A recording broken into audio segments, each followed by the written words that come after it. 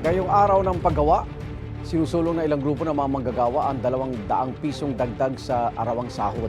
Kaugnay niyan, mapanayam natin si Officer in Charge, Assistant Secretary and Director ng Bureau of Local Employment, Patrick Wirawan Jr. Magandang umaga po. Magandang umaga po, Sir Arnold, sa inyo at sa inyong mga taga-subaybay. May asahan ho bang good news sa mga manggagawa ngayong ito ang kanilang araw?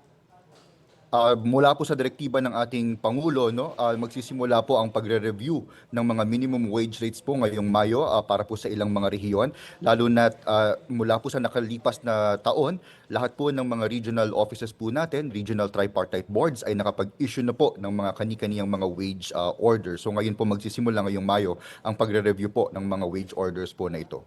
Kabilang kanina sa pinag-usapan dito, yung hiling ng ilang labor group, 200 pesos daw po na legislated wage hike. Sa tingin niyo, posible po ba ito at mapapabilis?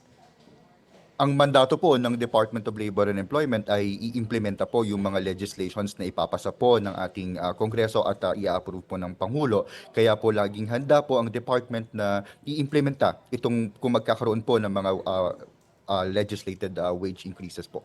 Sa panig ng mga employer, kadalasan po sinasabi, baka malugi o kaya magkatanggalan po ng trabaho.